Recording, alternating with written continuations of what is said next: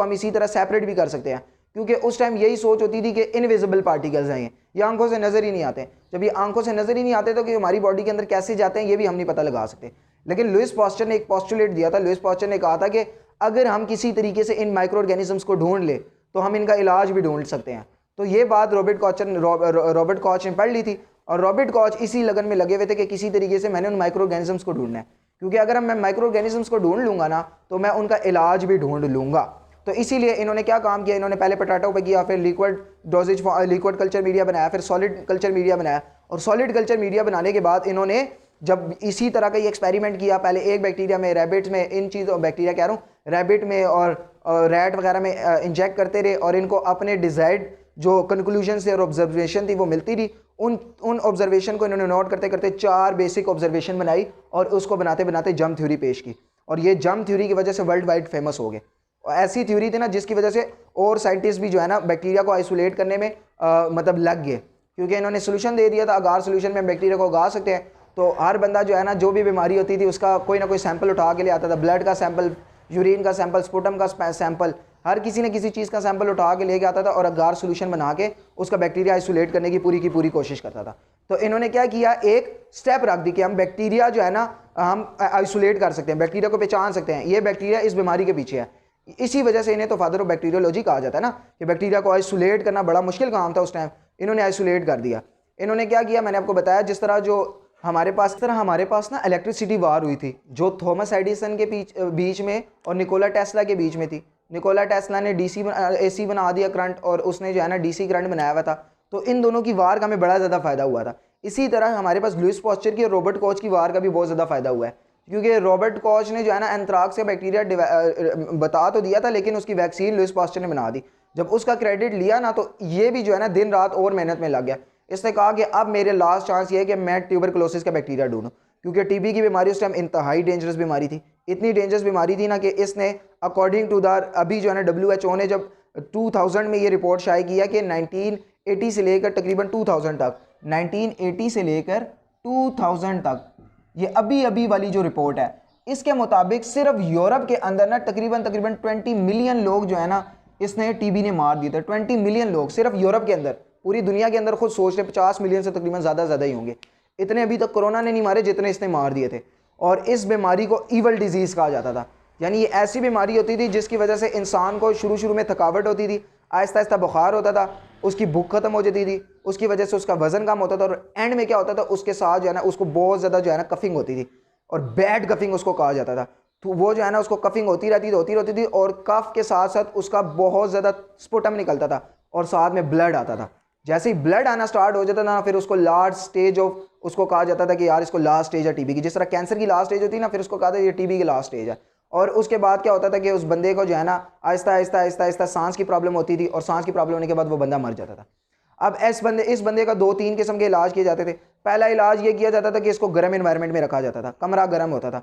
दूसरा क्या होता था कि इसको खुली जगह पे भेज दिया जाता था, किसी जंगल वगैरह में या किसी बहुत पहाड़ों वाले एरिया में, जहाँ पे जो है ना एडवेंचर आजकल हम करते हैं, उस खुली एरिया में इसको भेज दिया जाता था। उसको कहते थे कि वहाँ पे जो है ना आबो हवा, एटमॉस्फेयर अच्छी होगी, हवा अच्छी होगी, तो फ्रेश इन्वायरमेंट होगा, तो आप वहाँ पे जाएँ जहाँ पे शायद आप ठीक हो सके।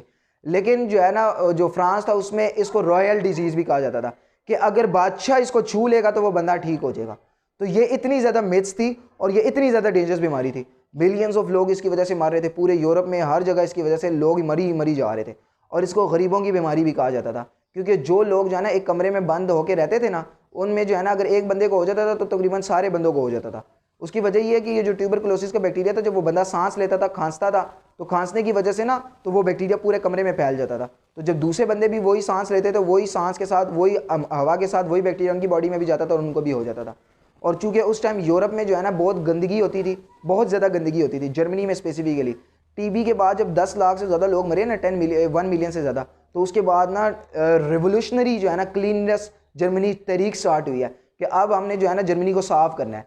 उससे पहले क्या होता था, जहाँ पे जिस बंदे को नज़र आता थूक देता था, यूरिनेट कर देता था, ठीक है। जहाँ पे पब्लिक स्मोकिंग पे बैन लग गया, उस टाइम पब्लिक स्पिटिंग पे बैन लग गया। ये तमाम की तमाम चीज़ें उसके बाद यूरोप पे लगी है, TB के बाद लगी है। TB के बाद जो है ना यूरोप साफ होना स्टार्ट हुआ है, क्योंकि लोगों को पता लग गया था कि यार ये हवा के अंदर कुछ ना कुछ ऐसी चीज़ें मौजूद है जो इंसानों को बीमार करती हैं, और हवा के अंदर वो चीज़ें आती हैं हमारी गंदगी की वजह से। लेकिन चूंकि रॉबर्ट कॉच को पता था कि यार कोई ना कोई माइक्रो ऑर्गेनिज्म इसके पीछे ज़रूर है, तो वो बार बार जाते थे। जो टीबी के मरीज़ होते थे ना, वो टीबी के मरीज़ों के पास जाते थे, वहाँ से स्पुटम उठा के लाते थे, उनका ब्लड सैंपल उठा के लाते थे। जब वो ब्लड सैंपल लेके आते थे या स्पुटम लेके आते थे ना, उसमें बहुत किस्म के बैक्टीरिया होते थे, हर किस्म के बैक्टीरिया, यानी 5, 6, 10, 15 किस्म के बैक्टीरिया होते थे। क्योंकि हमारी बॉडी के अंदर नेचुरल फ्लोरा भी तो है ना, हमारे यहाँ पे जबड़े के पीछे ही, जा के पीछे ही नेचुरल फ्लोरा इतना ज़्यादा है, तो वो भी इसके अंदर आ जाते थे।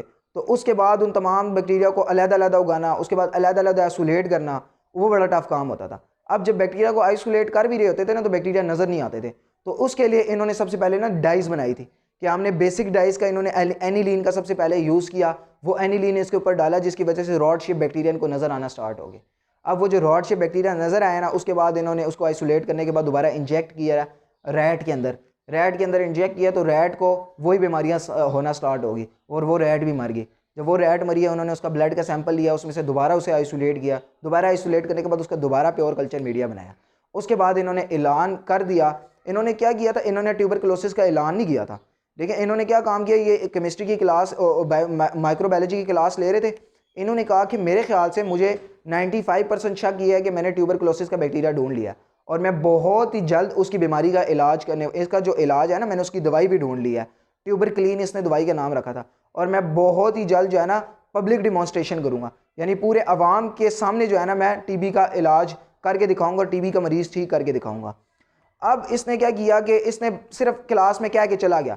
अब ये साल बाद करेगा, 2 साल बाद करेगा, इसका कोई प्लान नहीं था, मूड नहीं था, क्योंकि इसने बताया था कि मैंने 95% ढूंढा है। और जब तक आपको 100% श्योरिटी नहीं होती ना, आप ह्यूमन बींग्स पे रिजल्ट एक्सपेरिमेंट नहीं कर सकते। अब इसने जैसे ये बात की, ये बाहर निकल गया, तो जंगल में आग की तरह ये बात फैल गई, जगह जगह ये बात फैल गई, प्रेस में आ गया, इंटरनेशनल मीडिया में आ गया। जो उस टाइम के जो जर्मनी के सदर थे उनको पता लग गया। उन्होंने कहा कि मैं जो है ना इनॉग्रेशन कराता हूँ। वो इन्होंने क्या, बहुत बड़ा जो है ना ऑडिटोरियम था, उसके अंदर जो बड़े बड़े लोग थे उनको बुला लिया और मतलब टिकट रख दिया, जिस तरह सिनेमा में टिकट होता है ना, 200 यूरोस का इन्होंने उस टाइम टिकट रख दिया था, 200 यूरोस का, कि पब्लिक डिमॉन्स्ट्रेशन होने लगी है, एक बंदा है जिस पे ये रोबोट कोच एक्सपेरिमेंट करेंगे। और अब यकीन जाने जिस दिन इन पे टिकट रखा गया ना, कम से कम 5000 लोग ऐसे थे जो उस ऑडिटोरियम के बाहर खड़े हुए थे और टिकट के लिए जो है ना मिन्नतें कर रहे थे कि प्लीज़ हमें टिकट दे दो, ब्लैक में टिकट दे दो। लोग दरवाज़ा तोड़ के अंदर जा रहे थे। इन्होंने नेशनल बॉडी गार्ड्स मंगवा लिए थे कि नहीं भाई बाहर खड़े रहो। इतना जो है ना लोगों में क्यूरोसिटी थी इस ट्यूबरकुलोसिस को हल करने से रिलेटेड। तो इन्होंने पब्लिक डिमॉन्स्ट्रेशन के अंदर जब एक्सपेरिमेंट करना स्टार्ट किए, इन्होंने अपना जो इंजेक्शन था ट्यूबरक्लीन का वो पेशेंट को इंजेक्ट किया। तो पेशेंट को जो है ना ये ऑब्जर्व करते रहे कि पेशेंट के साथ क्या होता है, क्योंकि इन्होंने तो एक्सपेरिमेंट चूहे बिल्लियों पे किए हुए थे, ह्यूमन बींग्स पे तो किए नहीं थे। अब हुआ कुछ ऐसा कि थोड़ा थोड़ा सा उसकी सिम्टम्स ठीक होना स्टार्ट होगी। 2-3 दिन तक उसे ऑडिटोरियम में ही रखा गया, सेफ एनवायरनमेंट उसको दिया गया, उस कमरे के अंदर जो है ना जो हवा थी उसको साफ़ रखा गया था, ठीक है ना। पब्लिक उसको खाने पीने की जो श्योरिटी थी, पानी साफ़ करके उबाल के दिया गया, सारी चीज़ें दी गई। तो आहिस्ता जो है ना उसकी बीमारी तो ठीक होने लगी, लेकिन उससे एक्स्ट्रा सिम्टम्स आना स्टार्ट हो गए। जैसे उसको झटके लगते थे, शिवरिंग होती थी, कपकपी लगना स्टार्ट होगी, उसका बुखार बहुत ज़्यादा तेज़ हो जाता था, कभी बहुत ज़्यादा कम हो जाता था, कभी जो है ना वो अजीब सी पागलों वाली हरकतें करने लग जाता था। तो उसके बाद जो है ना इसका ये जो पब्लिक डिमॉन्स्ट्रेशन वाले एक्सपेरिमेंट ना, ये ना थोड़ा सा ये फेल हो गया। फेल इस तरीके से हुआ कि यार ये प्रॉपर इलाज तो नहीं कर सकता, लेकिन उसके बावजूद ना इन्होंने जो लंग्स की प्रॉब्लम्स थी ना उससे सॉल्व करने में बड़ा इंपॉर्टेंट रोल प्ले किया। जैसे जो कफिंग थी उसके साथ जो स्पुटम की प्रोडक्शन होती थी वो कम हो जाती थी, कफ के साथ जो ब्लड आता था वो कम हो जाता था। चूंकि ये जो है ना इन्होंने ट्यूबरकुलोसिस का इलाज भी ढूंढ लिया था, ट्यूबरकुलोसिस का बैक्टीरिया भी ढूंढ लिया था, इसीलिए इन्हें 1905 में नोबेल प्राइज़ ऑफ फिजियोलॉजी दिया गया। 1905 में इन्हें फिजियोलॉजी का नोबेल प्राइज़ दिया गया था कि इन्होंने बैक्टीरिया को आइसोलेट किया है। इन्होंने जितने भी बैक्टीरिया को आइसोलेट किया ना तकरीबन रॉड शेप के थे। कॉलरा के बैक्टीरिया को इन्होंने आइसोलेट किया, वो भी रॉड शेप का था। एंथ्राक्स का आइसोलेट किया, वो भी रॉड शेप का था। ट्यूबरकुलोसिस का किया, वो भी रॉड शेप का था। जो कॉलरा की बीमारी है ना इसको भी इन्होंने इसी तरह ढूंढा था कि हमारे पास एक रॉबर्ट जॉन स्नो साइंटिस्ट थे जिन्हें फादर ऑफ एनेस्थीसिया भी कहा जाता है। जॉन स्नो ये बहुत बड़े एपिडेमियोलॉजिस्ट थे बहुत बड़े। अब एपिडेमियोलॉजिस्ट का काम ये होता है कि ये जहाँ पे पेंडेमिक या एपिडेमिक फैल जाती है ना बीमारी बड़ी बड़ी, तो ये उस जगह पे जाते हैं, उस जगह पे जाने के बाद देखते हैं उनकी वजूहात क्या है, काजेस क्या हैं। तो इन्होंने पहली बार बताया था कि यार वाटर बॉर्न डिजीज़ की वजह से टाइफाइड होती है। उस टाइम जो है ना टाइफाइड और कॉलरा बहुत ज़्यादा फैला हुआ था। तो इन्होंने कहा था कि कॉलरा और जो टाइफाइड होती है ना ये वाटर बॉर्न डिजीज़ है, यानी पानी के अंदर बैक्टीरिया मौजूद होते हैं जो इंसानों को बीमार करते हैं, हवा के अंदर मौजूद नहीं होते। जब इन्होंने पहली बार ये बात की थी ना तो ये बात जो है ना ये रॉबर्ट कोच को लग गई थी। रॉबर्ट कोच ने उसके बाद से जो है ना स्पुटम लेना स्टार्ट किए थे, ब्लड के सैंपल, यूरिन के सैंपल उसके बाद लेना स्टार्ट किया। उससे पहले तो ये हवा के अंदर बैक्टीरिया ढूंढ रहे होते थे कि यार मैं किसी तरीके से हवा को प्यूरीफाई करूँ, उसके अंदर से बैक्टीरिया निकालूँ और बैक्टीरिया निकालने के बाद उसे आइसोलेट करूँ। अब भाई हवा के अंदर जाहिर सी बात है करोड़ों किस्म के माइक्रो ऑर्गेनिज्म है, अब टीबी का बैक्टीरिया कहाँ से ही ढूंढे। इसीलिए ये बात इसको बहुत ज़्यादा पिंच आउट कर रही थी और 5 साल तक इसको जो है ना सिर्फ एंथ्राक्स का बैक्टीरिया आइसोलेट करने में लग गया और 4 साल इसको टीबी का बैक्टीरिया आइसोलेट करने में लग गया। 9 साल तो इसने अपनी ज़िंदगी के यूं ही ज़ाया कर दिए हैं सिर्फ हवा के अंदर जो है ना ढूंढते हुए। जैसे ही जॉन स्नो ने बताया हुआ था कि यार बैक्टीरिया के अंदर पानी के अंदर ये होते हैं, तो फिर उसके बाद इन्होंने सैंपल लेना स्टार्ट किए और उसके बाद जो है ना इन्होंने सैंपल लिए कॉलरा पानी का, जो गंदा पानी लिया, उसके बाद पानी लेने के बाद उन्होंने पानी को उबाला, पानी को उबाला तो नहीं, उसको मतलब आइसोलेट किया, बैक्टीरिया आइसोलेट करने के बाद उसका प्योर कल्चर मीडिया बनाया और बनाने के बाद जब इंसानों को वही जो रैट्स वगैरह को इंजेक्ट किया तो वही कॉलरा की बीमारी उनको होगी और उसके बाद उन्होंने आइसोलेट किया। वही ये 4 पोस्टुलेट इन्होंने हर बीमारी पे अपनाए। आज भी हम जो भी माइक्रो ऑर्गेनिज्म पढ़ते हैं ना, और अगर हमें पता हो कि यार ये माइक्रो ऑर्गेनिज्म ये डिजीज़ क्योर करता है या नहीं करता, हम ये रॉबर्ट कोच के 4 पॉइंट ज़रूर अपनाते हैं। अगर मिसाल के तौर पे अगर आज हम जो है ना कोरोना का वायरस आइसोलेट कर लेते हैं तो हमें जो है ना कोरोना का वायरस आइसोलेट करने के बाद उसको प्योर कल्चर में उगाना होगा, यानी किसी टिश्यू के ऊपर। उसके बाद हमने किसी ऑर्गेनिज्म के अंदर इसे इंजेक्ट करना होगा। अगर वही बीमारी हो जाती है उसके बाद उसे आइसोलेट दोबारा करके दोबारा कल्चर करना होगा किसी प्योर टिश्यूज़ के ऊपर, क्योंकि वायरसेस इंट्रासेलुलर पैरासाइट होते हैं। उसके बाद हम जाके कहेंगे कि वाकई ये वाला बैक्टीरिया वायरस है जिसकी वजह से कोरोना होता है और उसका ये इलाज। उसके बाद हम वैक्सीन ढूंढेंगे, जब तक ये पॉइंट्स नहीं करेंगे। तो जो जब ये बीमारी ढूंढता था ना उसको इन 4 पॉइंट्स पे ये अप्लाई करता था। तो जब इन्होंने कॉलरा की बीमारी ढूंढी ना, तो कॉलरा की बीमारी ढूंढने के बाद इन्होंने 4 पॉइंट्स पे अप्लाई किया। अप्लाई करने के बाद इन्होंने कहा कि यही बैक्टीरिया जो है ना, विब्रियो कॉलरी नाम था उसका, यही बैक्टीरिया इसके लिए रिस्पॉन्सिबल है। और उसके बाद जो है ना इसने वो बैक्टीरिया की रॉड शेप स्ट्रक्चर भी बना के रॉयल सोसाइटी ऑफ लंदन को लेटर्स भी लिखे थे। लेकिन उससे जैसे इन्होंने ये कॉलरा की बीमारी भी बनाई थी ना, तो उससे तकरीबन साल पहले जो लुइस पास्चर थे उन्होंने चिकन कॉलरा की वैक्सीन भी बना दी थी, क्योंकि उनका जो स्टूडेंट था उनकी जो है ना बहुत बड़ा पोल्ट्री फार्म था, वहाँ पे बहुत ज़्यादा चिकन मर रहे थे, तो इन्होंने चिकन कॉलरा की वैक्सीन लुइस पास्चर ने बना दी थी। तो इसीलिए इनको बहुत ज़्यादा तब चढ़ी हुई थी कि यार मैंने एंथ्राक्स की बीमारी का बैक्टीरिया ढूंढा, लुइस पास्चर ने वैक्सीन बना दी।